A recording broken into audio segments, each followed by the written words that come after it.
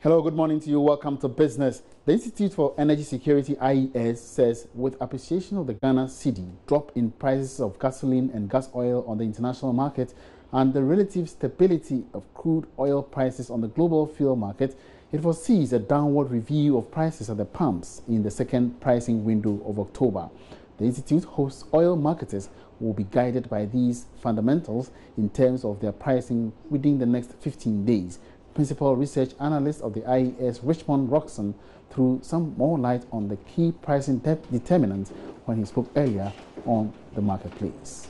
Following several gas explosions and associated fire disasters in recent times, government finally decided to introduce several measures to halt the trend and help save lives.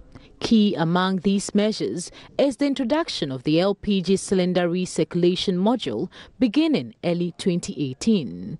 However, the LPG marketers are kicking against the idea, fearing they will be put out of business. But the CEO for Ghana Gas, Dr. Ben Asante, is backing the introduction of the new module. I think if you have a third party, and in this case, I think we are suggesting both private entities and some government entities actually do the loading of these cylinders. I would suggest to you that when you have a government entity working with a government regulator, those things will be done very well. And I think once it's localized in, say, a place that is off from population centers, it also minimizes the risk of actually having collateral damage in terms of people being hurt if there is an accident, so a loss of containment, for instance, and any fugitive emission of the gas going in and catching fire. So I think when it comes to the point about maybe we wouldn't have enough LPG, look, the LPG that we produce, the LPG that we import will be consumed. If you're talking about how the distribution will be facilitated, that would be another thing. But I have been in countries where that is all they do. You have LPG bottles actually sitting in stations, and you go and exchange them. And even if you do have, you the end user, if you do have a faulty cylinder, I think they'll make sure that it's repaired the next time you come around.